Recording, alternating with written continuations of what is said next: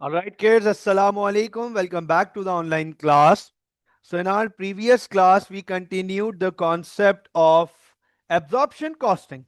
हमने बहुत डिटेल में absorption costing से related प्रॉब्लम्स अंडरस्टैंड किए थे. एब्जॉर्प्शन कॉस्टिंग से नहीं, फिक्स कॉस्ट को पर यूनिट डिवाइड करने के प्रॉब्लम्स अंडरस्टैंड किए थे. और फिर हम एब्जॉर्प्शन कॉस्टिंग के पहले स्टेप पर आए थे, कॉस्ट सेंटर्स को इनिशिएट किया था.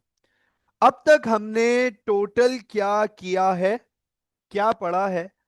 अगर जल्दी से हम 2-3 मिनट में रिव्यू ले लें तो हमें ट्रांजिशन मिल जाएगा आज की क्लास का. हमने 2 या 3 क्लास पहले एब्जॉर्प्शन कॉस्टिंग का कॉन्सेप्ट या टॉपिक जब स्टार्ट किया, एब्जॉर्प्शन कॉस्टिंग सिस्टम जब स्टार्ट किया, तो हमने उसमें ये अंडरस्टैंड किया कि सर ये कॉस्टिंग का एक ऐसा सिस्टम है जहां फिक्स कॉस्ट को पर यूनिट डिवाइड करना होता है, अनलाइक मार्जिनल कॉस्टिंग. तो सवाल आया था कि सर ये काम हम कैसे करें.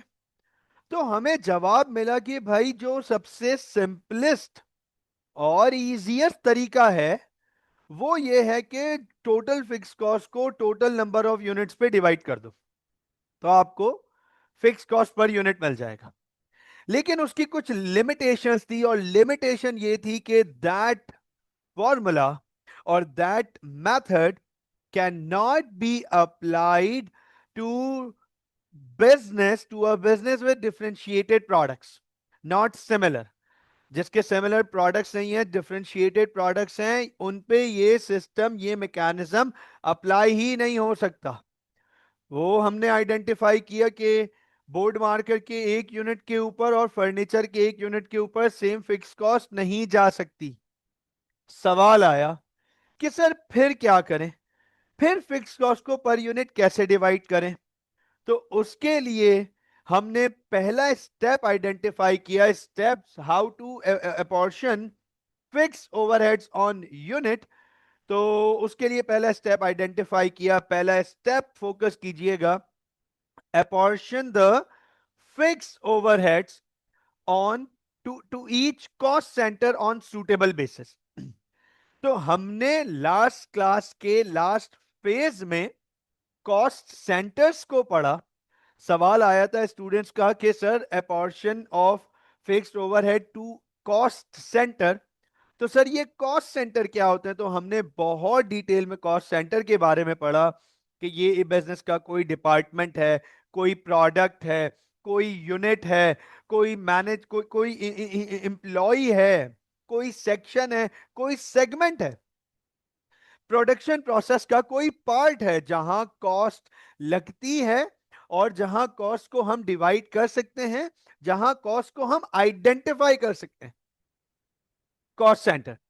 तो हमने बहुत डिटेल में कॉस्ट सेंटर्स को अंडरस्टैंड किया था. सबसे आखिरी में, बिल्कुल सबसे आखिरी में, मैंने आपके सामने ये लिखा था कि दो टाइप के कॉस्ट सेंटर होते हैं. इस पे बात नहीं की थी, बस ये लिखा था कि दो टाइप के कॉस्ट सेंटर्स होते हैं, एक प्रोडक्शन कॉस्ट सेंटर और एक सर्विस कॉस्ट सेंटर. आज यहां से बात स्टार्ट करेंगे.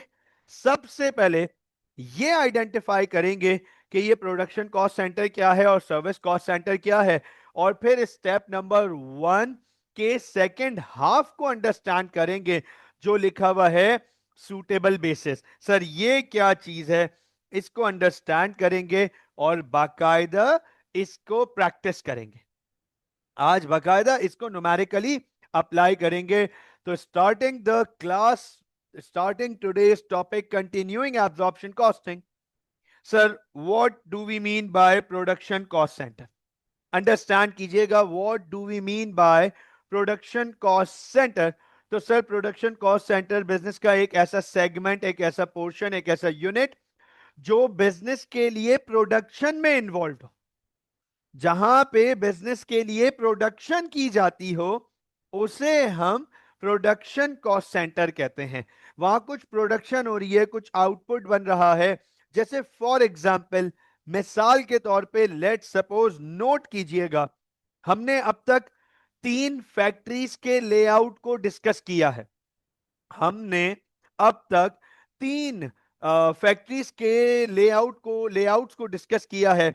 चेक कीजिएगा सर, एक हमारे पास, एक हमने ये cycle, cellphone, furniture, board markers वाले बिजनेस के फैक्ट्री के लेआउट को डिस्कस किया है, राइट? एक हमने इसको डिस्कस किया है, और ये दो हमने लास्ट क्लास में दो लेआउट्स ये भी हमने डिस्कस किए थे, ऐसे ही है ना? अब आपके सामने मैं प्रोडक्शन कॉस्ट सेंटर और सर्विस कॉस्ट सेंटर समझाने की कोशिश करूंगा। गौर से देखिएगा, अंडरस्टैंड कीजिएगा। सर, साइकिल्स प्रोडक्शन हो रही है, किसकी? साइकिल्स की। सेल फोन्स प्रोडक्शन हो रही है, किसकी? सेल फोन्स की। फर्नीचर्स प्रोडक्शन हो रही है, किसकी? फर्नीचर्स की। और इन सब, बोर्ड मार्कर्स प्रोडक्शन हो रही है, किसकी? बोर्ड मार्कर्स की। और इन सब की प्रोडक्शन से हम बिजनेस क्या करेंगे? बिजनेस इनके आउटपुट को बेचेंगे, बिजनेस इनके आउटपुट को बेचेंगे। तो अंडरस्टैंड कीजिएगा, they will be called production cost centres. Cycles is a PCC, production cost center. Cell phone is a PCC. Furniture is a PCC, production cost center. Sir, ये वो departments हैं business के जहां production होती है, ये वो डिपार्टमेंट्स हैं बिजनेस के जहां प्रोडक्शन होती है। अब आपके माइंड में होगा, तो सर सर्विस कॉस्ट सेंटर में क्या होता होगा? सर्विस कॉस्ट सेंटर क्या चीज होती होगी? तो सुन लीजिएगा, service cost center is a department of a business where production do not take place. Rather, services are assigned and provided to the factory or to the business. वो department जो बनाए गए हैं बिजनेस को सर्विस देने के लिए, अपने ही बिजनेस को सर्विस देने के लिए, बाहर किसी को सर्विस देने के लिए नहीं, अपने ही बिजनेस को सर्विस देने के लिए जो डिपार्टमेंट्स बनाए गए हैं उन्हें हम कहते हैं सर्विस कॉस्ट सेंटर्स। तो आप ये गौर से देखिएगा, ये लेआउट एक फैक्ट्री का मैंने आपके सामने रख दिया। काफी रिजेंबलेंस है इसकी लास्ट लेआउट से, लेकिन इसमें कुछ नई चीजें नजर आ रही हैं हमें। आप चेक कीजिएगा, ये भी फैक्ट्री है एबीसी लिमिटेड की, ये भी फैक्ट्री है एबीसी लिमिटेड की। यहां पर फर्नीचर, साइकिल, सेलफोन और बोर्ड मार्कर तो नजर आ रहे हैं, लेकिन उसके साथ साथ सर एक डिपार्टमेंट कैंटीन भी नजर आ रहा है, एक डिपार्टमेंट स्टोर भी नजर आ रहा है, और एक बीएम बिजनेस मेंटेनेंस भी नजर आ रहा है। Business maintenance. अब आप मुझे ये बताएं, अंडरस्टैंड कीजिएगा इस सवाल को, क्या कैंटीन का खाना हम बाहर बेचेंगे या इवन अपने एम्प्लॉयज को बेचेंगे, या ये कैंटीन डिपार्टमेंट हमने इसलिए बनाया है ताकि पूरी फैक्ट्री के एम्प्लॉयज यहीं जाके खाना खा सकें, मील एक्वायर कर सकें? Is canteen there to provide service to the business और not? Yes please. Is canteen, is canteen there to provide service to the business? Yes और नो? यस है ना?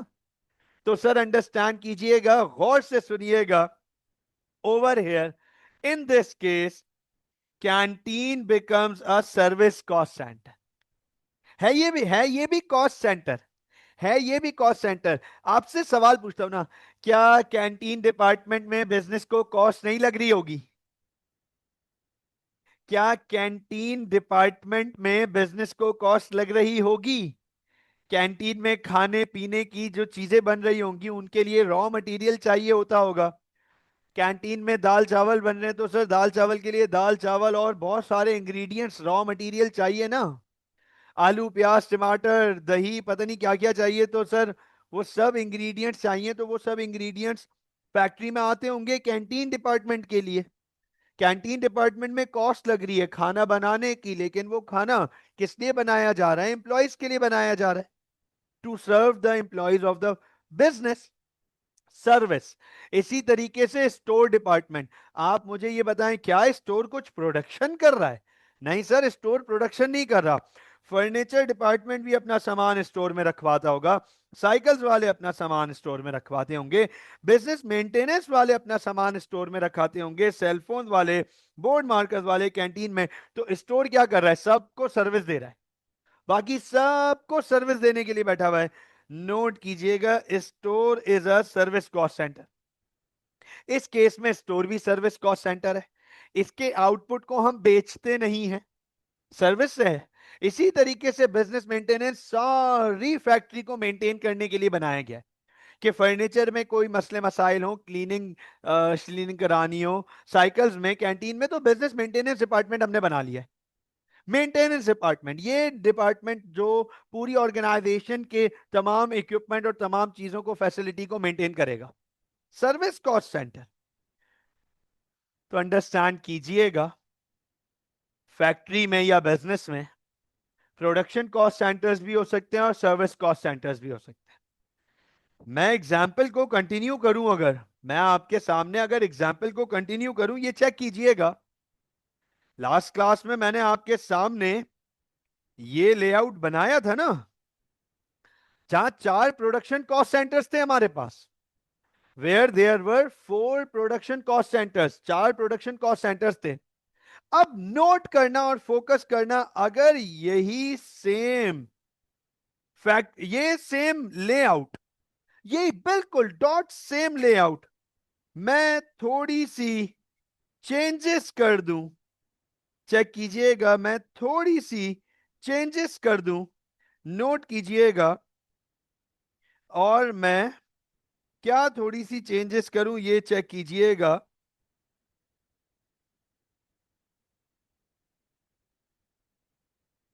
ये गौर से देखिएगा, अगर मैं यहां पर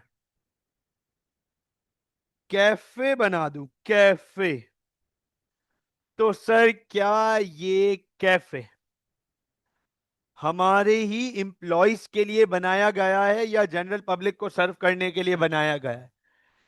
सर हमारे ही इंप्लॉइज को, ये जो भी ऑर्गेनाइजेशन है जिनके 4 मैनेजर्स हैं और उन मैनेजर्स के अंडर जाहिर सी बात है वर्कर्स आते होंगे काम करने के लिए, तो सर हमारी ही ऑर्गेनाइजेशन के लिए हमने एक कैफे बनाया हुआ है, ठीक है ना। इसी कैफे के बिल्कुल साथ ये गौर से देखिएगा, एक और डिपार्टमेंट है, हाँ, क्लीनिंग डिपार्टमेंट। क्लीनिंग बोलो, मेंटेनेंस बोलो, ये लीजिए मेंटेनेंस लिख दिया मैंने इसको। अब अंडरस्टैंड कीजिएगा, इस ऑर्गेनाइजेशन में 4 प्रोडक्शन कॉस्ट सेंटर्स हैं और 2 सर्विस कॉस्ट सेंटर्स हैं, क्योंकि इनकी भी कॉस्ट लगती होगी ऑर्गेनाइजेशन में, इनके ऊपर भी कॉस्ट लगती होगी और इनकी भी कॉस्ट आती होगी ऑर्गेनाइजेशन में। तो 2 कॉस्ट सेंटर्स होते हैं, एक प्रोडक्शन कॉस्ट सेंटर और दूसरा service cost centre. So I hope कि आप लोगों को कॉस्ट सेंटर्स बिल्कुल क्लियर हो चुका होगा, अब कोई कंफ्यूजन नहीं होनी चाहिए कॉस्ट सेंटर में। अब ये 10 प्रोडक्शन कॉस्ट सेंटर्स थे हमारे पास, राइट, 10 प्रोडक्शन कॉस्ट सेंटर। अगर यहां भी हम सिक्योरिटी, क्लीनिंग ऐसे डिपार्टमेंट बना दें, तो सर वो सर्विस कॉस्ट सेंटर्स हो गए ना। सर्विस कॉस्ट सेंटर्स ऑर्गेनाइजेशन को सर्विस देने के लिए बैठे हुए हैं। तो अब अंडरस्टैंड कीजिएगा, सर्विस कॉस्ट सेंटर हो गया, मैं एक स्टेटमेंट लिख रहा हूं, a very very important statement. उसके बाद हम फिर इन सूटेबल बेसिस पे बात करेंगे, फिर हम इस टर्म पे बात करेंगे, सूटेबल बेसिस पे फोकस कीजिएगा, नोट कीजिएगा। मैं आपके सामने एक बहुत इंपॉर्टेंट स्टेटमेंट लिखने जा रहा हूं, इस स्टेटमेंट पे फोकस रखिएगा guys. Alright, there are 2 types of fixed overheads। 2 types के फिक्स्ड ओवरहेड्स होते हैं, 2 टाइप्स के फिक्स्ड ओवरहेड्स होते हैं। नोट कर लीजिएगा, फोकस कर लीजिएगा। Number 1 specific, number 2 general. Sir 2 type की, एक तो फिक्स्ड ओवरहेड्स की बात हो रही है, फिक्स्ड ओवरहेड्स जिनका आउटपुट से कोई लेना देना नहीं है, they are by no means related to output or number of units. They are by no means related to output or number of units. Fixed है, लेकिन दो टाइप्स हैं, एक स्पेसिफिक और एक जनरल। आइए जरा थोड़ा सा स्पेसिफिक पे बात करते हैं। इसके थ्रू ये हम लास्ट क्लास से इस फैक्ट्री पे बात कर रहे हैं, एबीसी लिमिटेड की इस फैक्ट्री पे, जहां चार डिफरेंट किस्म के प्रोडक्ट्स बनते हैं और ये चारों प्रोडक्ट्स एबीसी लिमिटेड को बिलोंग करते हैं। और एबीसी लिमिटेड एक ऑर्गेनाइजेशन है, राइट, एक सिंगल ऑर्गेनाइजेशन है, चारों प्रोडक्ट्स उसको बिलोंग करते हैं। अब अंडरस्टैंड कीजिएगा, जाहिर सी बात है एबीसी लिमिटेड ने इस ऑर्गेनाइजेशन ने, जो भी ऑर्गेनाइजेशन है, साइकिल्स के अपनी मैनेजमेंट होगी, साइकिल्स की अपनी मैनेजमेंट होगी, सेलफोन्स की अपनी मैनेजमेंट होगी, लेकिन फैक्ट्री की भी तो मैनेजमेंट होगी, बिजनेस की भी तो मैनेजमेंट होगी, एबीसी लिमिटेड की अपनी खुद की मैनेजमेंट होगी, राइट, जो चारों को मैनेज कर रहे होंगे टेक्निकली, राइट। तो उन्होंने, गौर से देखिएगा, ये कुछ सिक्योरिटी के लोग रखे हुए हैं ऑर्गेनाइजेशन में। ये लीजिए, ये देखिएगा, ये सिक्योरिटी है पूरी ऑर्गेनाइजेशन की। It belongs to whole ABC limited. अब मेरा आपसे एक सवाल है, समझिएगा इस बात को, क्या ये सिक्योरिटी स्पेसिफिकली किसी एक डिपार्टमेंट की है या जनरल पूरे बिजनेस की है? क्या ये सिक्योरिटी किसी स्पेसिफिक एक डिपार्टमेंट की है या पूरी जनरल पूरी फैक्ट्री की है? Sir it is general, right, it is general, क्योंकि ये it belongs to the whole business and not individual departments. Understand कीजिएगा।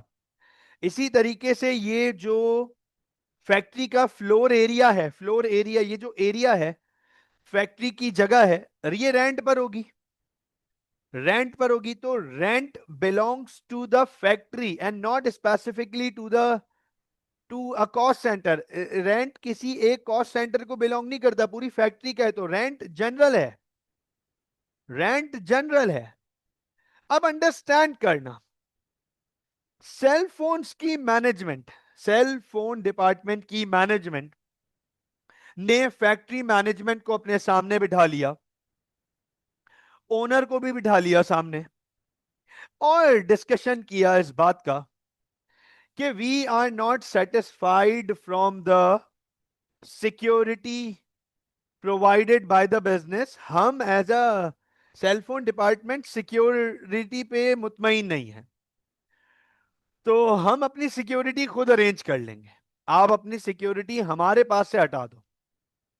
तो अंडरस्टैंड करना, फैक्ट्री ने, लेट सपोज, ये दो जो सिक्योरिटी के एम्प्लॉयज थे, फैक्ट्री के जो दो एम्प्लॉयज थे, उनको let suppose cycle cellphone department से हटा दिया। Now the security belongs to the three departments, not to cellphone. Cellphone ने फैक्ट्री की सिक्योरिटी को रिमूव करा दिया, और गौर से देखिएगा, उसने अपनी सिक्योरिटी अलाइन कर दी पूरी, उसने अपनी सिक्योरिटी अलाइन कर दी। अब मैं आपसे सवाल पूछ रहा हूं, गौर से सुन लीजिएगा, क्या ये जो सिक्योरिटी है बाकी रेड में, क्या ये सेलफोन के अलावा बाकी तीनों को बिलोंग करती है?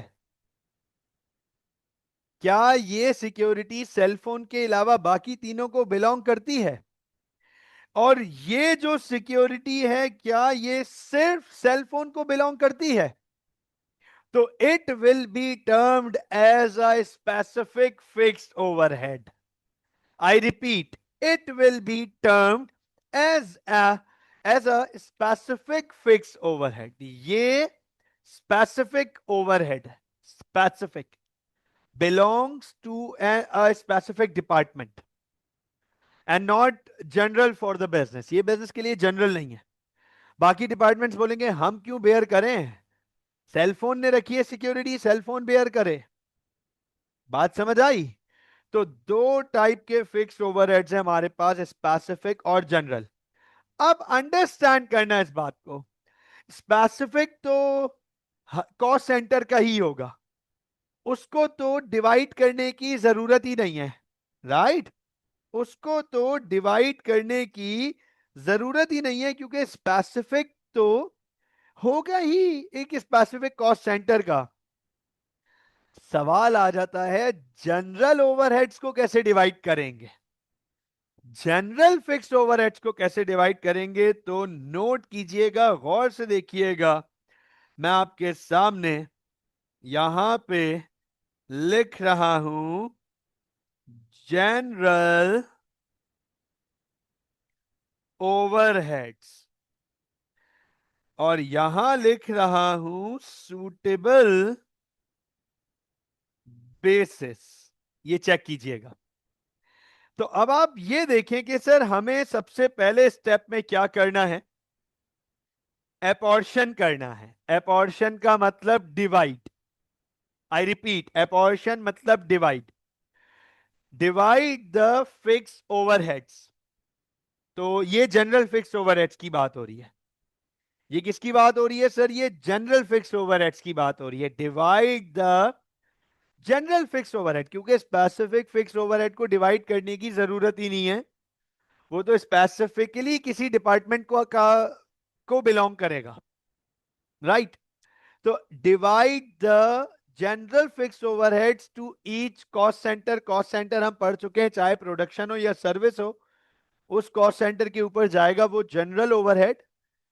सूटेबल बेसिस क्वेश्चन आता है स्टूडेंट्स का. अब आप लोगों के माइंड में जो सवाल इस वक्त बनता है, जो आप लोगों के माइंड में इस वक्त सवाल बनता है राइट नाउ, सर क्या है ये suitable basis, what is this suitable basis.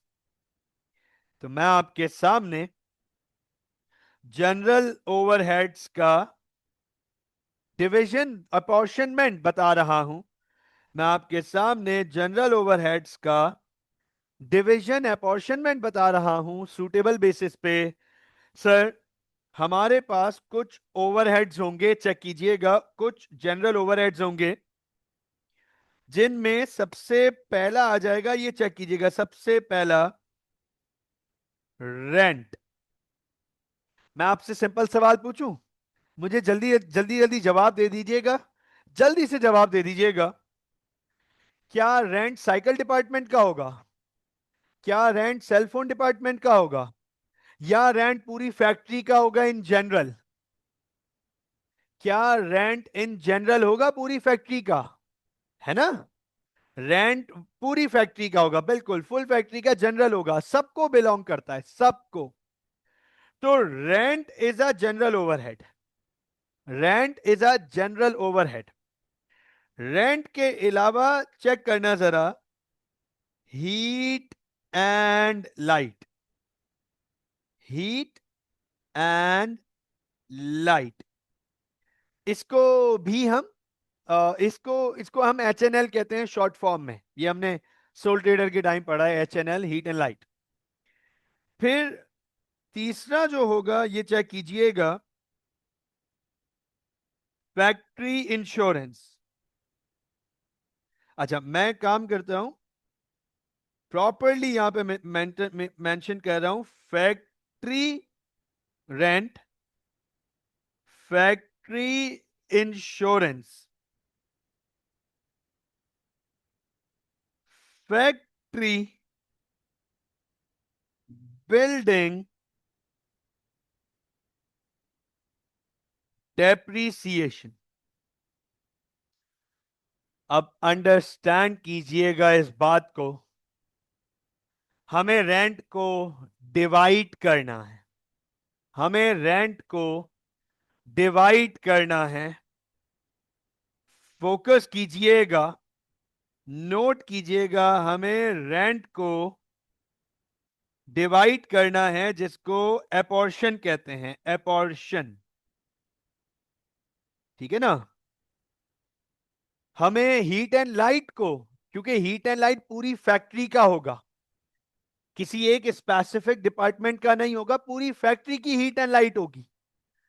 पूरी फैक्ट्री की इंश्योरेंस है, पूरी फैक्ट्री की हमने इंश्योरेंस कराई हुई है। अब उसमें इंश्योरेंस सेलफोन डिपार्टमेंट की भी है और साइकिल डिपार्टमेंट की भी है, हमने तो फैक्ट्री की इंश्योरेंस कराई है। अंडरस्टैंड करना इस बात को। अब हमें इन सब को एपोर्शन करना है, डिवाइड करना है। तो सर ये काम हम कैसे करेंगे, ये चेक कर लीजिएगा।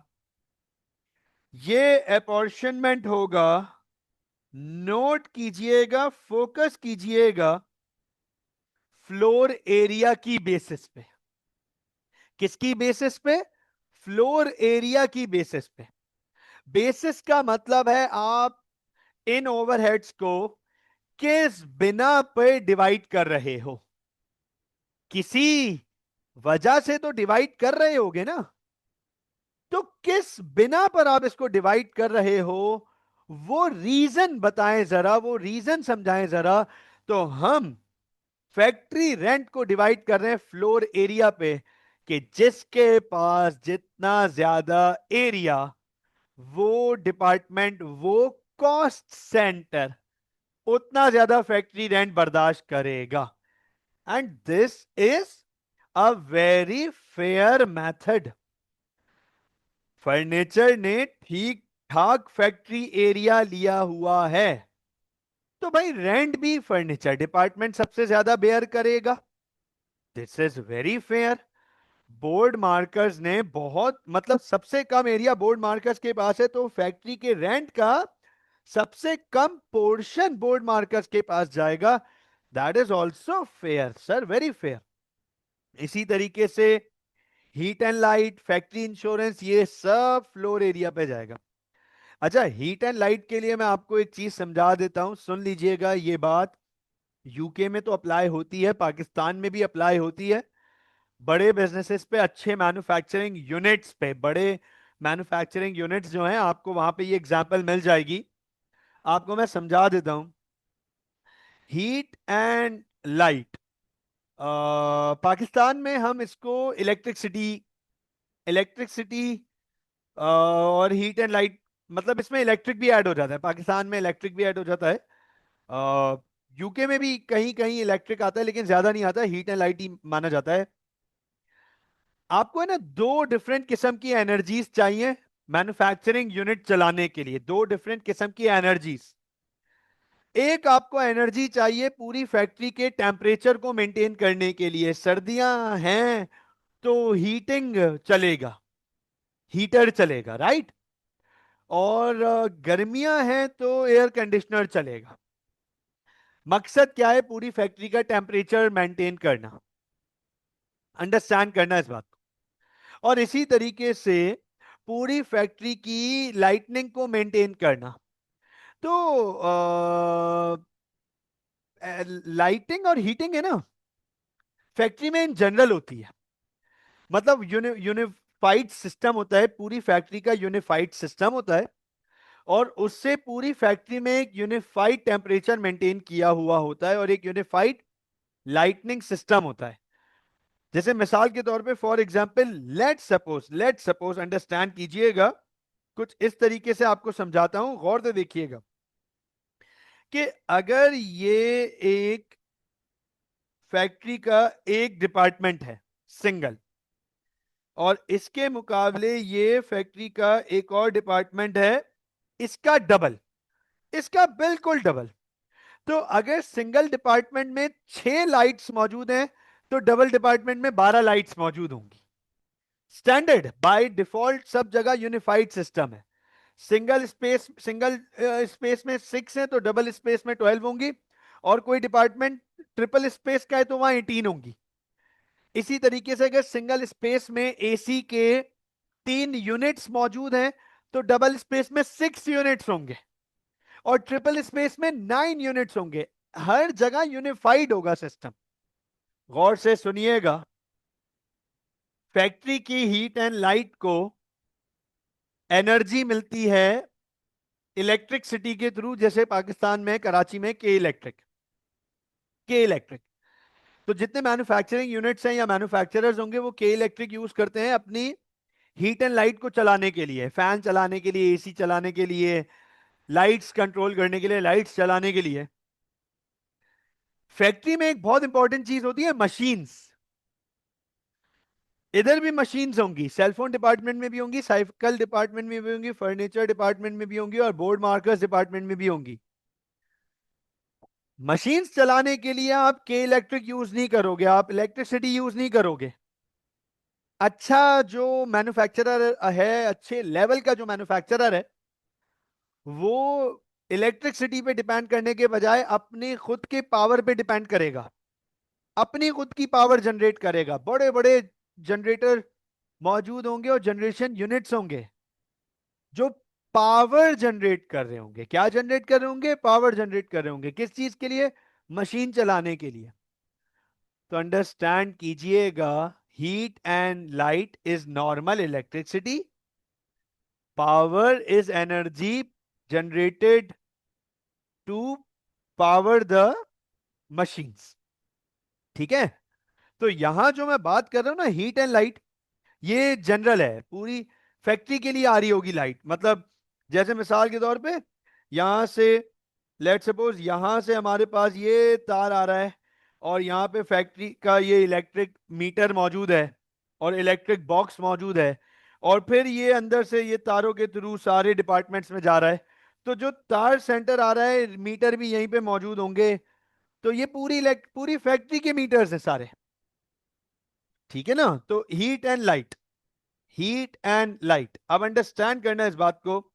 इसी तरीके से फैक्ट्री की इंश्योरेंस है, तो पूरी फैक्ट्री की इंश्योरेंस है, factory building depreciation, we will be appropriating them on floor area basis. जिस कॉस्ट सेंटर के पास जितना फ्लोर एरिया, उतनी वो कॉस्ट बर्दाश्त करेगा।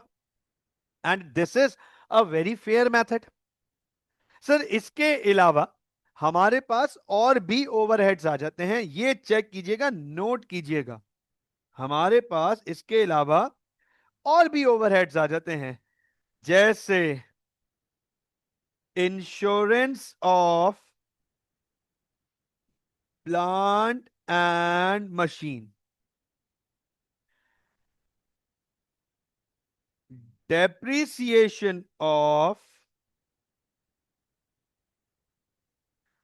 प्लांट एंड मशीन,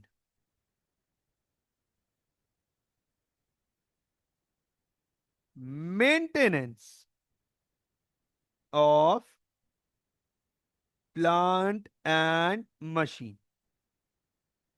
तो नोट कीजिएगा सर, ये वाले ओवरहेड्स ये प्लांट एंड मशीनरी से रिलेटेड है, राइट? प्लांट एंड मशीनरी से रिलेटेड। तो इनको हम अपॉर्शन करेंगे, चेक कर लीजिएगा, dollar net book value of non current assets. जिस डिपार्टमेंट के पास जितने डॉलर के नॉन करंट एसेट्स होंगे, हम उस डिपार्टमेंट पे उतना कॉस्ट इनकर कराएंगे, उस डिपार्टमेंट को उतने ओवरहेड्स बेयर करने पड़ेंगे प्लांट एंड मशीनरी से रिलेटेड। अब अंडरस्टैंड करना, बिल्कुल बेसिक सा एक सवाल पूछ रहा हूं, बिल्कुल बेसिक सा, और मुझे पूरी उम्मीद है कि आप लोग यहां पे मुझे बिल्कुल ठीक ठाक जवाब दे सकोगे, बिल्कुल ठीक ठाक। मुझे ये बताएं, इन चारों डिपार्टमेंट्स में से आपको क्या लगता है सबसे ज्यादा प्लांट एंड मशीनरी किसके पास होगा? सबसे ज्यादा प्लांट एंड मशीनरी इन चारों डिपार्टमेंट्स में से किसके पास होगा? What do you guys think? What is your opinion in that? सबसे ज्यादा प्लांट एंड मशीनरी, ऑब्वियसली इसमें कोई दो राय बनती नहीं है सर, सेलफोन डिपार्टमेंट के पास। The cellphone department which is technically advance technological product, तो सर उसी के पास सबसे ज्यादा जो है ना प्लांट एंड मशीनरी होगा। अच्छा, सबसे कम किसके पास होगा? क्या लगता है सबसे कम प्लांट एंड मशीनरी किसके पास होगा? सबसे कम प्लांट एंड मशीनरी। हाँ, उसमें उसमें उसमें दो ओपिनियन आ सकते हैं, उसमें दो ओपिनियन आ सकते हैं। बोर्ड मार्कर भी कोई बच्चे बोल रहे हैं वो भी सही है। फर्नीचर, वैसे मेरे हिसाब से फर्नीचर के पास, क्योंकि फर्नीचर हैंडमेड होता है। फर्नीचर की खूबी है कि फर्नीचर हैंडमेड ही चलता है ना। मशीन वाला फर्नीचर जनरल पब्लिक नहीं प्रेफर करती। मशीन हैंडमेड फर्नीचर की डिमांड है पूरी दुनिया में। तो अंडरस्टैंड करना, अब अंडरस्टैंड करना, मुझे एक बात बताओ, जब सबसे ज्यादा plant and machinery plant cellphone department के पास है, तो प्लांट एंड मशीनरी से रिलेटेड ओवरहेड्स भी सबसे ज्यादा कौन बेयर करना चाहिए? किसको बेयर करना चाहिए? ऑब्वियसली सर सेलफोन को। ऑब्वियसली सर सेलफोन को। तो मुझे ये बताएं, do you think it is a fair method? Do you think this $5-6-7 net book value it is a fair method? Yes sir, it is very fair method. It is very fair method. जी अली, बिल्कुल करेंगे, बिल्कुल करेंगे, थोड़ी देर में ही, बस अभी इसी के बाद स्टार्ट करेंगे। अब फोकस कीजिएगा, इसके बाद हमारे पास और भी ओवरहेड्स आ जाते हैं, नोट करना, फोकस करना। इसके बाद हमारे पास और भी ओवरहेड्स आ जाते हैं, जैसे कि पावर। ये चेक कीजिएगा, पावर। नाउ पावर जो है उसको हम डिवाइड करेंगे, नोट कर लीजिएगा, किलो वॉट आवर्स पे या फिर मशीन आवर्स पे। कि जिस डिपार्टमेंट ने जितने ज्यादा किलोवाट्स यूज किए हैं, या जिस डिपार्टमेंट में जितने ज्यादा घंटे मशीन इस्तेमाल हुई है, उसे उतनी ज्यादा पावर की कॉस्ट बेयर करनी पड़ेगी, फैक्ट्री की पावर।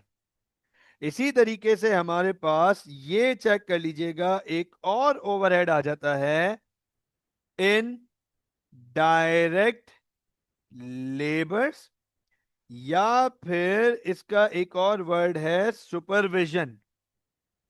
इनडायरेक्ट लेबर बोलो या फिर सुपरविजन बोलो, तो इसको भी हम डिवाइड करेंगे, अपॉर्शन करेंगे नंबर ऑफ लेबर्स के ऊपर।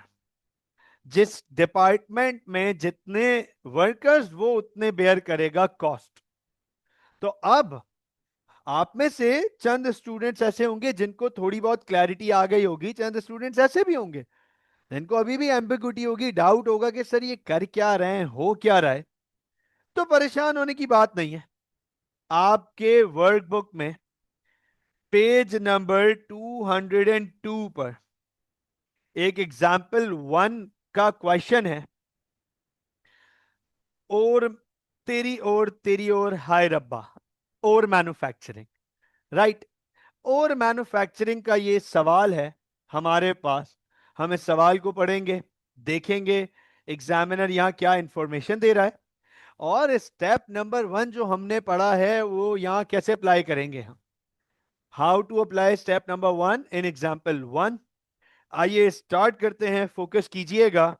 On page number 202 of your workbook, example 1, और manufacturing and company has 4 production cost centers: molding, machining, painting and packing. Check कीजिएगा, एक ऑर्गेनाइजेशन के बारे में हमें बोल रहे हैं, और मैन्युफैक्चरिंग, उसके 4 कॉस्ट सेंटर्स हैं। अगर मैं आपको इस फैक्ट्री का कोई लेआउट समझा सकूं, फिजिकल लेआउट इसका कोई समझा सकूं, तो नोट कर लीजिएगा, चेक कीजिएगा,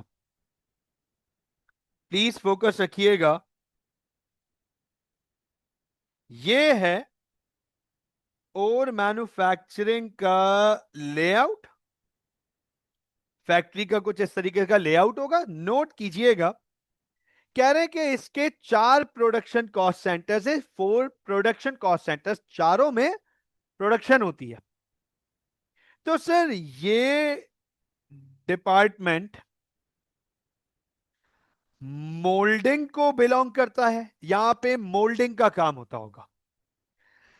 फिर प्रोडक्ट आगे जाता होगा मशीनिंग डिपार्टमेंट में, यहां मशीनिंग के काम होते होंगे उस प्रोडक्ट के ऊपर। फिर ये डिपार्टमेंट, फिर ये अगले डिपार्टमेंट में जाता है जहां पेंटिंग होती है, इसके ऊपर पेंट वर्क होता है इस प्रोडक्ट के ऊपर। अभी हमें प्रोडक्ट के बारे में नहीं बताया और हमें पता करने की जरूरत भी नहीं है, नॉट नीडेड एट ऑल, बस ये समझ आ जाएगा काफी है। और एक दफा पेंटिंग डिपार्टमेंट से गुजर गया तो ये जाता होगा पैकिंग डिपार्टमेंट में, और फिर ये पैक होके फैक्ट्री से बाहर डिलीवरी के लिए चले जाएगा। तो फैक्ट्री में 4 डिपार्टमेंट के अंदर ये प्रोडक्ट बन रहा है, तो ये चारों प्रोडक्शन कॉस्ट सेंटर्स हो गए, राइट। अब चेक करना, जरा नोट करना। कह रहे फॉलोइंग इन्फो इज गिवन, हमें ये इंफॉर्मेशन अवेलेबल है। Cost centres, moulding, machining, painting, packing, कि सर ये चार चार कॉस्ट सेंटर्स हैं। हमें इनका फ्लोर एरिया दिया हुआ है मीटर स्क्वायर, हमें इनका फ्लोर एरिया मीटर स्क्वायर में दिया हुआ है। 1000 metre square for moulding, 700 metre square machining के पास है, 500 मीटर स्क्वायर पेंटिंग के पास है, और 300 मीटर स्क्वायर पैकिंग के पास है। आप मुझे ये बताएं, अगर हम इन चारों फ्लोर एरियाज को ऐड कर दें तो हमें पूरी फैक्ट्री का फ्लोर एरिया मिल जाएगा, यस और नो? अगर मैं इन चारों फ्लोर एरियाज को एडअप कर दूं तो क्या मुझे पूरी फैक्ट्री का, और मैन्युफैक्चरिंग की फैक्ट्री का फ्लोर एरिया मिल जाएगा मीटर स्क्वायर में? Yes sir, and that is 2500। बिल्कुल ठीक, बिल्कुल ठीक उमर, थैंक यू बेटा, दैट इज 2500। तो चेक कीजिएगा टोटल, मैं यहां पे लिख रहा हूं टोटल, टोटल फ्लोर एरिया है 2500 मीटर स्क्वायर। उसमें सबसे ज्यादा मोल्डिंग के पास है और सबसे कम पैकिंग के पास है। तो फ्लोर एरिया से रिलेटेड जो ओवरहेड्स होंगे, फ्लोर एरिया से रिलेटेड, वो सबसे ज्यादा मोल्डिंग के पास जाने चाहिए और सबसे कम पैकिंग के पास जाने चाहिए। Do you agree with that? Do you agree with that कि जो ओवरहेड्स फ्लोर एरिया से रिलेटेड होंगे, जो भी ओवरहेड्स फ्लोर एरिया से रिलेटेड होंगे, सर उन्हें सबसे ज्यादा मोल्डिंग को बेयर करना है और सबसे कम पैकिंग को बेयर करना है। This is, and this is very fair as well. अच्छा, अब आप देखो आगे वो कह रहे हैं plant and machinery at cost $1000। तो मोल्डिंग डिपार्टमेंट के पास 50,000 के प्लांट एंड मशीनरी है, मशीनिंग डिपार्टमेंट के पास $40,000, पेंटिंग डिपार्टमेंट के पास $20,000, पैकिंग डिपार्टमेंट के पास $10,000। तो चेक कीजिएगा, गौर से देखिएगा सर, चारों डिपार्टमेंट्स के जब हमने फ्लोर एरियाज को एडअप किया, चारों डिपार्टमेंट्स के जब हमने फ्लोर एरियाज को एडअप किया, तो सर ये आ गया 120, सॉरी फ्लोर एरियाज नहीं, प्लांट एंड मशीनरी को, तो ये आ गया $120,000, $120,000, राइट। जिसमें सबसे ज्यादा मशीनरी, प्लांट एंड मशीनरी, सबसे ज्यादा नहीं, सबसे ज्यादा वैल्यू की plant and machinery moulding department के पास है। तो प्लांट एंड मशीनरी से रिलेटेड जो ओवरहेड्स होंगे उन्हें सबसे ज्यादा मोल्डिंग डिपार्टमेंट को बेयर करना पड़ेगा। Is it right? Is it right? जो प्लांट एंड मशीनरी से रिलेटेड ओवरहेड्स होंगे उन्हें सबसे ज्यादा मोल्डिंग डिपार्टमेंट को बेयर करना पड़ेगा। So I hope that this is very clear, यहां तक क्लैरिटी होगी। आगे देखिएगा, फोकस कीजिएगा। Details of expenditure for the year ended December 31st 2014 are as follows. अब मैं आप लोगों को दो वर्ड्स पे फोकस कराऊंगा। एक ये वर्ड है, और आई थिंक मैंने शायद, हाँ ये देखो, ये देखिएगा, ये मैंने जब एब्जॉर्प्शन कॉस्टिंग 2 क्लासेस पहले इनिशिएट किया था, तो देखो ये 2 वर्ड्स मैंने हाईलाइट किए थे सेपरेट कलर में ना। आज आपके सामने इन पर अब बात होगी, और फिर इसकी थ्योरी मैं आगे लिखवा दूंगा आपको, थ्योरी इसकी डिस्क्रिप्शन लिखवा दूंगा। आज कॉन्सेप्ट आपको पूरा समझ आ जाएगा। आप मुझे एक बात बताएं, बिल्कुल सिंपल सा सवाल पूछूंगा, अंडरस्टैंड कीजिएगा इस बात को। सर ये है फैक्ट्री, यहाँ पे मोल्डिंग का काम होता है, यहाँ मशीनिंग का काम होता है, यहाँ पेंटिंग का काम होता है, यहाँ पैकिंग का काम होता है। मुझे ये बताओ, क्या चारों डिपार्टमेंट में सेम मटेरियल चाहिए होगा? क्या चारों प्रोडक्शन कॉस्ट सेंटर्स का मटेरियल सेम होगा? नो सर, है ना? मटेरियल सेम नहीं होगा। जो मटेरियल मोल्डिंग डिपार्टमेंट के लिए आ रहा है उसका मशीनिंग, पेंटिंग और पैकिंग में काम नहीं होगा, और जो मटेरियल पेंटिंग डिपार्टमेंट के लिए आ रहा है उसका बाकी 3 डिपार्टमेंट्स में काम नहीं होगा। तो आप मुझे ये बताएं, क्या चारों डिपार्टमेंट्स के अलग अलग मटेरियल आएंगे स्पेसिफिकली? क्या चारों डिपार्टमेंट्स के अलग अलग मटेरियल्स आएंगे specifically? Yes sir, yes sir. तो अंडरस्टैंड कीजिएगा, हमें यह बता दिया गया है कि मोल्डिंग डिपार्टमेंट में 50,000 का मटेरियल लगा है। जो भी मोल्डिंग का मटेरियल है उसकी उसकी कॉस्ट, फिक्स कॉस्ट सॉरी, उसकी कॉस्ट आई है $50,000। और इसी तरीके से मशीनिंग डिपार्टमेंट में $7,000 का मटेरियल लगा है, और पेंटिंग डिपार्टमेंट में $9,000 का मटेरियल लगा है, और पैकेजिंग डिपार्टमेंट में $6,000 का मटेरियल लगा है। तो अंडरस्टैंड कर लीजिएगा, इसको हम कहते हैं एलोकेशन। इसको हम कहते हैं एलोकेशन। एलोकेशन को हमें सेग्रीगेट नहीं करना पड़ता, सेपरेट नहीं करना पड़ता। वो जनरल नहीं होता, वो स्पेसिफिक होता है। एलोकेशन वो जनरल नहीं होता, वो स्पेसिफिक होता है टू अ रिस्पेक्टिव डिपार्टमेंट। हमें उसको डिवाइड नहीं करना, तो उसे कहते हैं एलोकेशन। Allocate, allocation. तो मटेरियल को हमें सेग्रीगेट नहीं करना, सेपरेट करने की जरूरत नहीं है। Exactly exactly.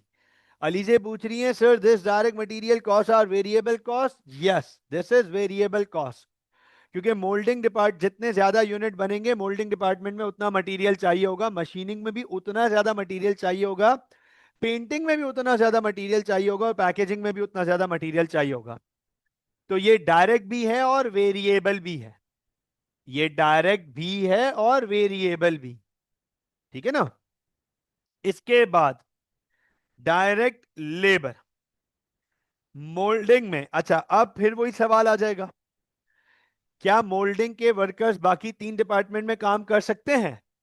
क्या पेंटिंग के वर्कर्स बाकी 3 डिपार्टमेंट में काम कर सकते हैं? And the answer is quite obviously no. होंगे, हो सकता है कि शायद कुछ वर्क कॉमन हो, लेकिन आमतौर पे फैक्ट्रीज में ये काम बड़े लेवल पे नहीं हो रहा होता। जो जिस डिपार्टमेंट को बिलोंग करता है वो उसी डिपार्टमेंट का स्पेशलिस्ट होगा। मोल्डिंग डिपार्टमेंट को आपने पेंटिंग में भेज दिया तो पेंटिंग का काम खराब कर देगा वो, राइट? तो मोल्डिंग डिपार्टमेंट में जो लेबर्स हैं उनको वेजेस सैलरीज दी गई है 96,000, और मशीनिंग में 80,000, एंड पेंटिंग में 40,000, एंड पैकेजिंग में 18,000। तो अंडरस्टैंड कीजिएगा, इसे भी हमें डिवाइड करने की जरूरत नहीं पड़ी, ये भी डिवाइड हुआ हुआ है। इसको हम कहेंगे एलोकेशन। ये लीजिए, allocation. This is already allocated, ये ऑलरेडी एलोकेट हुआ हुआ है, एलोकेशन। ठीक है ना? इसके बाद इनडायरेक्ट लेबर। अच्छा, अब मैं आपसे सवाल पूछ रहा हूं, what do we mean by indirect labour? Sir indirect labour कौन होते हैं? तो अंडरस्टैंड कीजिएगा, ये वो वर्कर्स हैं जो डायरेक्टली प्रोडक्शन में इन्वॉल्व नहीं है। हाँ, अलीजे सुपरविजन में be just one example of it, है ना? आपने बात सही बोली है, सुपरविजन में be just one example of it. Indirect labour है कौन? ये वो वर्कर्स हैं जो कि प्रोडक्शन में इन्वॉल्व नहीं है। किस में इन्वॉल्व नहीं है? प्रोडक्शन में इन्वॉल्व नहीं है।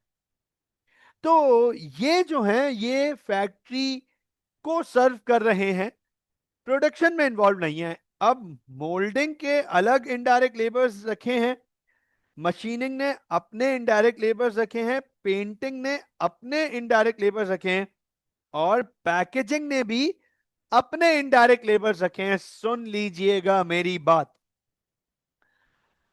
अभी तो चारों कॉस्ट सेंटर्स ने अपने अपने इनडायरेक्ट लेबर खुद रखे हुए हैं। क्या यह भी हो सकता था कि पूरी फैक्ट्री ही इनडायरेक्ट लेबर की एक फौज रख ले, जहां जिस डिपार्टमेंट में जरूरत पड़े ये वहां जाके काम कर दें? हो सकता था। मतलब ये जनरल भी हो सकते थे। तो अंडरस्टैंड कर लीजिएगा, फोकस कर लीजिएगा, अभी ये जो हमारे पास हुआ हुआ है ना इस वक्त, ये भी एलोकेशन ही है। This is also allocation. ये स्पेसिफिक है सर, एलोकेशन। लेकिन अगर ये जनरल होता पूरी फैक्ट्री का, अच्छा मैं इस पे एक मिनट में बात करता हूं, पूरी फैक्ट्री का सुन लीजिएगा, पूरी फैक्ट्री का अगर ये इनडायरेक्ट लेबर होता और फिर हमें इसको डिवाइड करना पड़ता, तो हम इसको एलोकेशन नहीं बल्कि अपॉर्शनमेंट कहते हैं। हम इसको फिर एलोकेशन नहीं कहते बल्कि इसको अपॉर्शनमेंट कहते। तो यहां पर एक सवाल मेरे पास आया हुआ है कि sir is indirect labour variable cost? तो देखो यहां से हमें पता नहीं चल रहा, इवन डायरेक्ट लेबर के बारे में भी नहीं पता चल रहा हमें, यहां डायरेक्ट लेबर के बारे में भी नहीं पता, सिर्फ मटेरियल के बारे में कंफर्मेशन है, क्योंकि मटेरियल में कोई ऑप्शन नहीं है। मटेरियल में जितने ज्यादा यूनिट बनेंगे उतना ज्यादा मटेरियल चाहिए होगा, वो तो है ही वेरिएबल। लेकिन डायरेक्ट लेबर के बारे में भी ये कंफर्म नहीं है कि ये वेरिएबल है या फिक्स है। सुन लीजिएगा, रीजन बीइंग कि अगर वेजेस दी जा रही हैं पर यूनिट तो वेरिएबल हो गया, लेकिन अगर सैलरी दी जा रही हो, मोल्डिंग डिपार्टमेंट के सारे वर्कर्स को सैलरी दी जा रही है मिला के $96,000, अब इररिस्पेक्टिव कितने भी यूनिट्स बने सैलरी आपकी यही रहेगी, तो वो उस केस में फिक्स हो जाएगा। And same goes for indirect labour as well. Right now we can not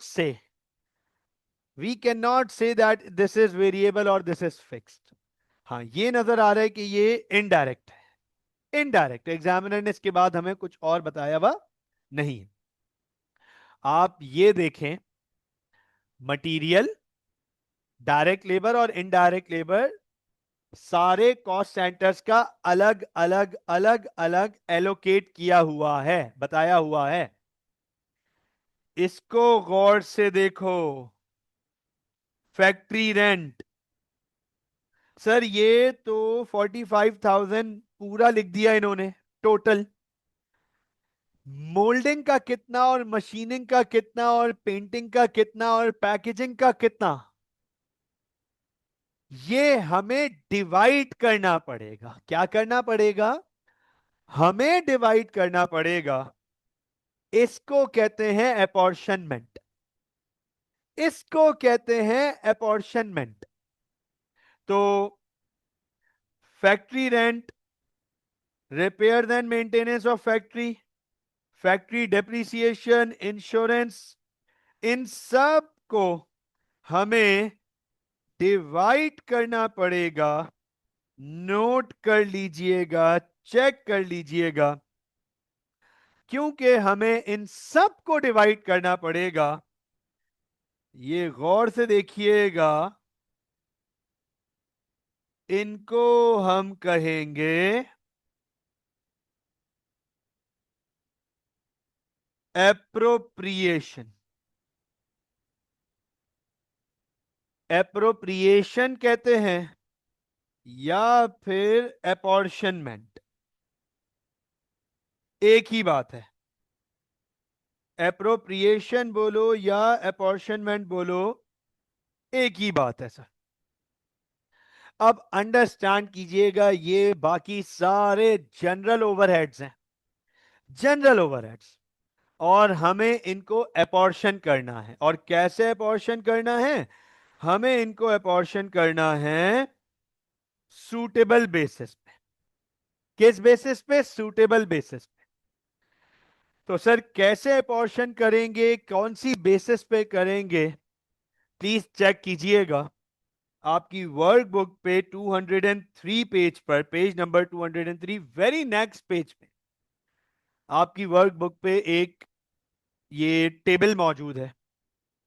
इस टेबल को हम कंप्लीट करेंगे, इस टेबल को हम कंप्लीट करेंगे और फिर ये देखेंगे कि हर डिपार्टमेंट के ऊपर कितना ओवरहेड लगा है। हर डिपार्टमेंट के ऊपर कितना ओवरहेड लगा है ये चेक करना जरा। हमसे एग्जामिनर ऑलरेडी ये पूछ रहा है, find the total cost per cost centre, कि सर हर एक कॉस्ट सेंटर की कॉस्ट पता करो कि मोल्डिंग डिपार्टमेंट के ऊपर टोटल कितनी कॉस्ट आई और मशीनिंग डिपार्टमेंट के ऊपर टोटल कितनी कॉस्ट आई और पेंटिंग डिपार्टमेंट के ऊपर टोटल कितनी कॉस्ट आई और पैकेजिंग डिपार्टमेंट के ऊपर टोटल कितनी कॉस्ट आई। तो हमें टोटल कॉस्ट आइडेंटिफाई करनी है। मैं आपके सामने बड़ा सिंपल सा काम करने जा रहा हूं, चेक कीजिएगा। सबसे पहले टेबल में हमारे पास, अच्छा मैं एक काम ये करता हूं, वन थिंग, सिर्फ एक काम ये कर रहा हूं, मैं यहां पर ये टेबल ओपन कर रहा हूं और मैं, फोकस कीजिएगा, गौर से देखिएगा, इसी के साथ स्लाइड पे ये ओपन कर रहा हूं। ऑल राइट, दिस, ठीक है ना? मैं साइमल्टेनियसली ये काम करूंगा। चले, साइमल्टेनियसली मैं ये काम करूंगा, टेबल कंप्लीट करूंगा विद द इंफॉर्मेशन ओवर है, with the information over here table complete करूंगा। तो मटेरियल हमें सबके अलग अलग दिए हुए हैं। तो सर 50,000, 7,000, 9,000 एंड 6,000, 5796, ये देखिएगा, 50,000, 7,000, 9,000 एंड 6,000। Is this right? तो अगर मैं इसको टोटल कर लूं, ये चेक कीजिएगा, अगर मैं इसको टोटल कर लूं 50,000 प्लस 7,000 प्लस 9,000 प्लस 6,000, ए और मैन्युफैक्चरिंग में सारे डिपार्टमेंट्स का मिलाकर मटेरियल लगा है 72,000। अब आप बोलो सर बेसिस में क्या आएगा? तो ये किसी बेसिस पे डिवाइड नहीं हो रहा, क्योंकि ये जनरल नहीं है, स्पेसिफिक है। स्पेसिफिक की कोई बेसिस थोड़ी है, वो तो है ही उसी डिपार्टमेंट का। तो मोल्डिंग डिपार्टमेंट का अपना मटेरियल है, मशीनिंग डिपार्टमेंट का अपना मटेरियल है, हमें उसको पर यूनिट डिवाइड करने की जरूरत नहीं है। इसी तरीके से लेबर का कोई बेसिस नहीं है भाई, लेबर सब डिपार्टमेंट का अपना अपना है। तो लेबर 96, 80, 40, 18, 96,000, 80,000, 40,000 एंड 18,000। अब मैं अगर इसको टोटल कर लूं, 96 प्लस 80 प्लस 40 प्लस 18, सर 234,000, ये लीजिएगा 234,000। Is this right?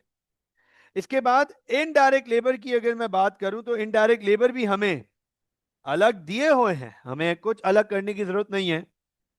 11,941, तो चेक कीजिएगा, 11,000, 9,000, 4,000, 1,000, 25,000, ये लीजिए 25,000।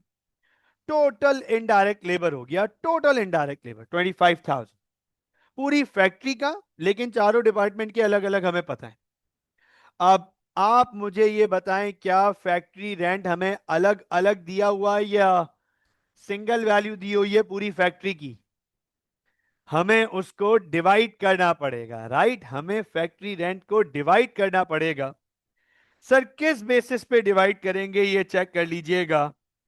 हम इसको डिवाइड करेंगे फ्लोर एरिया की बेसिस पे। किस बेसिस पे? फ्लोर एरिया की बेसिस पे डिवाइड करेंगे।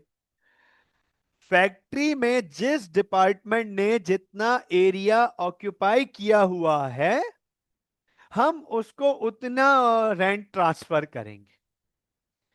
अंडरस्टैंड करना ये काम कैसे करेंगे। Please please take out your calculators, अपने सामने कैलकुलेटर्स रखिएगा इस वक्त। मुझे ये बताएं, क्या हमें पूरी फैक्ट्री का क्या हमें पूरी फैक्ट्री का रेंट दिया हुआ है? पूरी फैक्ट्री का? यस सर, 45,000 हमें पूरी फैक्ट्री का रेंट दिया हुआ है, 45,000। ठीक है। क्या हमें फैक्ट्री का फ्लोर एरिया दिया हुआ है? Floor area 2500 metre square. ये देख लो जरा, हमें फैक्ट्री का फ्लोर एरिया भी दिया हुआ है। पूरी फैक्ट्री का स्पेस है 2500 मीटर स्क्वायर। अब आप मुझे ये बताएं जरा कि मैं फैक्ट्री रेंट को अगर मैं फैक्ट्री के रेंट को फ्लोर एरिया पे डिवाइड कर दूं, तो क्या 1 मीटर स्क्वायर का रेंट पता चल जाएगा? $18, राइट अलीना? $18। तो $18 1 मीटर स्क्वायर का रेंट है। 1 मीटर स्क्वायर। बताओ मोल्डिंग के पास कितना मीटर स्क्वायर है? मोल्डिंग के पास 1000 मीटर स्क्वायर है। तो हम इसको 1000 से मल्टीप्लाई कर देंगे। तो सर मोल्डिंग के पास 45,000 का 18,000 जाएगा। Moulding department will bear 18,000 rent out of the whole factory, क्योंकि सबसे ज्यादा फ्लोर एरिया उसके पास है। अब मोल्डिंग के बाद मशीनिंग के पास है 700। तो हम 1000 को हटाकर 700 कर देंगे यहां पे। तो मशीनिंग का रेंट आ गया 12,600। और फिर पेंटिंग के पास 500 मीटर स्क्वायर है, 500 मीटर स्क्वायर। तो 700 को हटा के मैं 500 कर दूंगा, 9,000 आ गया। और पैकिंग के पास 300 है, तो 500 की जगह मैं 300 कर दूंगा, 5,400। आप एक काम ये करें, इन चारों को जरा ऐड करके वेरीफाई कर लें। Is the total 45,000। आप इन चारों को ऐड करके ये वेरीफाई कर लें, इज द टोटल 45,000। तो ये कंफर्म हो जाएगा कि हमने 45,000 को बिल्कुल सही बेसिस पे, सही वैल्यूज पे अपॉर्शन किया है। Word apportion. तो आई होप कि आप लोगों को फ्लोर एरिया और फैक्ट्री रेंट समझ आया होगा। आगे चेक कीजिएगा, गौर से देखिएगा। अब अगला ओवरहेड है हमारे पास, repairs and maintenance of factory. ये चेक करो जरा, repairs and maintenance of factory. Factory के रिपेयर्स एंड मेंटेनेंस की बात कर रहा है। अंडरस्टैंड करना, फैक्ट्री के रिपेयर्स एंड मेंटेनेंस की बात कर रहा है, मतलब फ्लोर एरिया। तो ये रिपेयर्स एंड मेंटेनेंस है 5,000 टोटल, 5,000। हम इसको भी फ्लोर एरिया पर डिवाइड कर देंगे। और ये इसके लिए तो मुझे कैलकुलेटर उठाने की भी जरूरत नहीं है, ये तो बड़ा सिंपल है। 2500 और 5000 का डबल का ताल्लुक है, तो मैं सारी वैल्यूज को डबल कर दूंगा मल्टीप्लाइड बाय 2। मोल्डिंग के ऊपर 2000 आ जाएगा। आप कैलकुलेटर्स यूज कर सकते हैं, मैं ऐसे कर रहा हूं। मशीनिंग के ऊपर 1400 आ जाएगा, ठीक है। पेंटिंग के ऊपर 1000 आ जाएगा और 600 हो जाएगा पैकेजिंग के ऊपर। तो आप अब इसको टोटल कर लो, 2000, 1400, 1000 और 600, इसको टोटल कर लो, 5000 होगा। हमने repair and maintenance of factory को भी अपॉर्शन कर दिया। अब अगला ओवरहेड आ जाता है हमारे पास फैक्ट्री डेप्रीसिएशन। सर ये फैक्ट्री की डेप्रीसिएशन है, फैक्ट्री की डेप्रीसिएशन टोटल है 6000। फैक्ट्री की डेप्रीसिएशन है, तो इसको भी हम फ्लोर एरिया की बेसिस पे डिवाइड करेंगे। इसको भी हम फ्लोर एरिया की बेसिस पे डिवाइड करेंगे। 6000 डिवाइड बाय 2500, 6000 पूरी फैक्ट्री की डिप्रिसिएशन है। फ्लोर एरिया है 2500 मीटर स्क्वायर और मोल्डिंग के पास है 1000 मीटर स्क्वायर, तो ये हो गया 2400। 2400 for moulding department. Very good, बिल्कुल ठीक हामिद, बिल्कुल ठीक बेटा, बिल्कुल ठीक। आगे 1000 के अलावा, 1000 के बाद मशीनिंग के पास है 700, तो 1680, 1680। फिर 700 के बाद है 500, 1200 हो गया। और फिर 300 है, तो 720 हो गया। आप इन चारों को टोटल कर लो, you total all these four values, you will get 6000.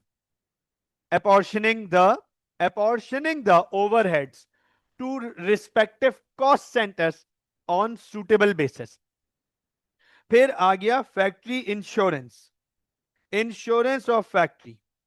अच्छा, इसकी वैल्यू, इंश्योरेंस ऑफ फैक्ट्री और फ्लोर एरिया की वैल्यू सेम है, तो 2500 डिवाइड बाय 2500, $1 पर मीटर स्क्वायर। तो ये तो बहुत आसान हो गया हमारे लिए। सर ये इसका टोटल 2500 ही है और ये फ्लोर एरिया पे ही डिवाइड होगा। 1000, 700, 500, 300। ये लीजिए सर, ये ऐसे हो गया हमारे। फिर हमारे पास है heat and light. Heat and light है 5500। अच्छा, मुझे ऐसा लगता है कि यहां डेसिमल्स का गेम होगा। 5500 पे मुझे लग रहा है डेसिमल्स का गेम होगा। प्लीज फोकस कर लीजिएगा, प्लीज प्लीज प्लीज फोकस कर लीजिएगा। यहां पर एक बड़ी इंपॉर्टेंट चीज आएगी, यहां पे एक बहुत इंपॉर्टेंट चीज आएगी। फोकस रखना है हमें, बिल्कुल फोकस रखना है यहां पर आप लोगों ने। राइट, तो attention कीजिएगा, फोकस रखिएगा। हीट एंड लाइट है ना, ये 5500 आ रहा है, तो इसका मतलब ये है प्रोबेबली, प्रोबेबली ये डेसिमल में जाएगा। ठीक है, मैं क्या करने जा रहा हूं, गौर से देखिएगा। सबसे पहले तो इसको लिख रहा हूं फ्लोर एरिया, ठीक है। टोटल लिख रहा हूं 5500। Now 5500 divide by 1000, oh sorry, divide by 2500। क्यों सर 2500 से क्यों डिवाइड कर रहे हैं? क्योंकि टोटल फ्लोर एरिया है 2500, मल्टीप्लाइड बाय 1000। मोल्डिंग का निकालने के लिए 1000 से मल्टीप्लाई करेंगे, 2200, 2200। फिर 1000 की जगह 700 कर दूंगा, 1540। फिर 700 की, अच्छा 700, वाह भाई वाह, डेसिमल में नहीं आ रहा। चलो अभी तक डेसिमल आया नहीं है, डेसिमल आएगा तो मैं आप लोगों को वर्किंग जरूर कराऊंगा प्रॉपर तरीके से। 660, ये लीजिए। तो अभी डेसिमल नहीं आया तो खैर हो गई, कोई मसला नहीं है, लेकिन ये भी डिवाइड कर दिया।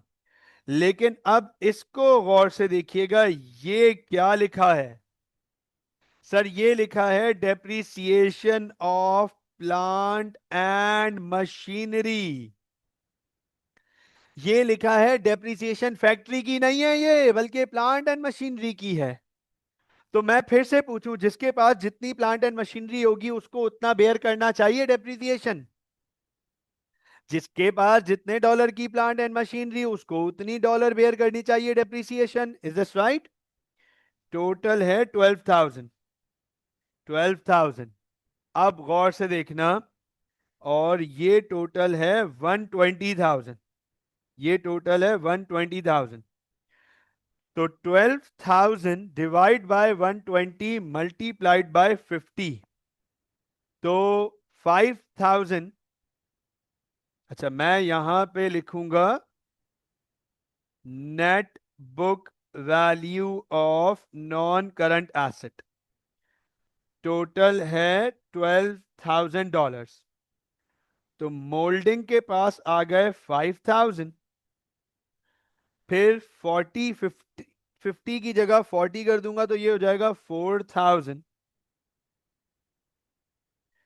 और फिर 2,000। और फिर 1,000। ये लीजिए, ये डिवाइड हो गया। अलीजे, क्या पूछ रही है? ये वैल्यूज कैसे आई बेटा?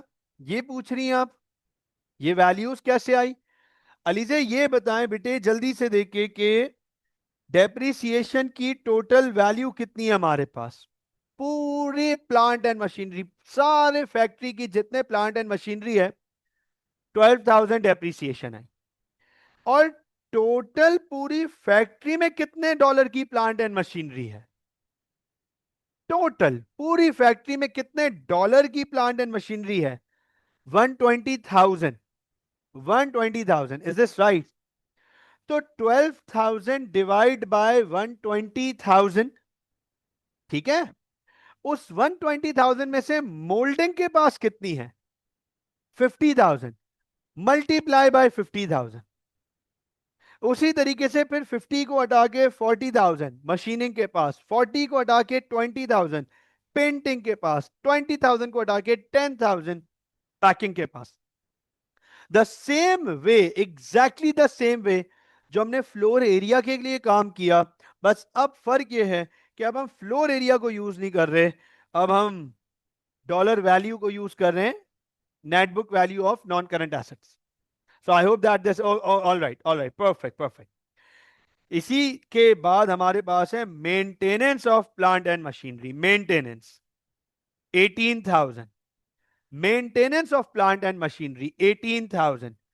सर इसको भी मैं सेम बेसिस पे डिवाइड करूंगा, बिल्कुल सेम बेसिस पे। Dollar net book value of non current asset and this is 18,000। तो आप खुद चेक कर लीजिएगा, यही वैल्यूज आएंगी हमारे पास, यही एग्जैक्ट वैल्यूज आएंगी हमारे पास, चेक कर लीजिएगा। बिल्कुल सेम तरीके से जैसे मैंने ये डिवाइड किया प्लांट एंड मशीनरी डेप्रिसिएशन में, प्लांट एंड मशीनरी की मेंटेनेंस को भी सेम वैसे डिवाइड करूंगा। 18,000, चेक करना जरा, 18,000 divide by 120,000 multiplied by 50,000 multiplied by 40,000 multiplied by 20,000 multiplied by 10,000।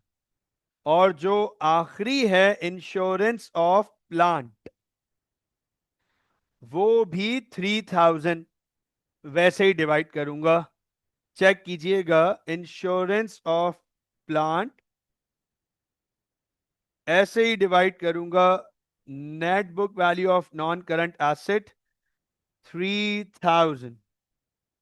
तो sir 3,000 divide by 120,000 multiplied by 50,000, 1250, 1250। 50 हटा के 40,000, 1,000, 40,000 हटा के 20,000, 500, 20,000 हटा के 10,000, 250। आप मुझे ये बताएं, क्या हमने सारे ओवरहेड्स को अपॉर्शन कर दिया। क्या मोल्डिंग के ऊपर और मशीनिंग के ऊपर और पेंटिंग के ऊपर और पैकिंग के ऊपर सारे ओवरहेड्स को डिवाइड कर दिया गया है? अब अगर मैं इनका टोटल निकाल लूं तो क्या मुझे moulding department, moulding cost centre के टोटल ओवरहेड्स पता चल जाएंगे? क्या हमें इसी तरीके से मशीनिंग के पता चल जाएंगे? और क्या इसी तरीके से पेंटिंग के पता चल जाएंगे? Yes sir. तो जल्दी से टोटलिंग कर लेते हैं। आप लोग भी टोटलिंग कर लें, मुझे हेल्प हो जाएगी वर्किंग में। हामिद, आगे 3 स्टेप्स और हैं। एब्जॉर्प्शन के टोटल 4 स्टेप्स हैं और फिर उसमें एक छोटी सी कॉस्टिंग और ऐड हो जाती है जिसको हम ऑर्डर कॉस्टिंग कहते हैं, तो उसका एक और स्टेप ऐड हो जाएगा। लेकिन बहुत ज्यादा कॉम्प्लेक्सिटी नहीं है। मैं सिर्फ एक सवाल पूछूंगा, ये लेंदी जरूर है लेकिन है simple. Do you agree with that?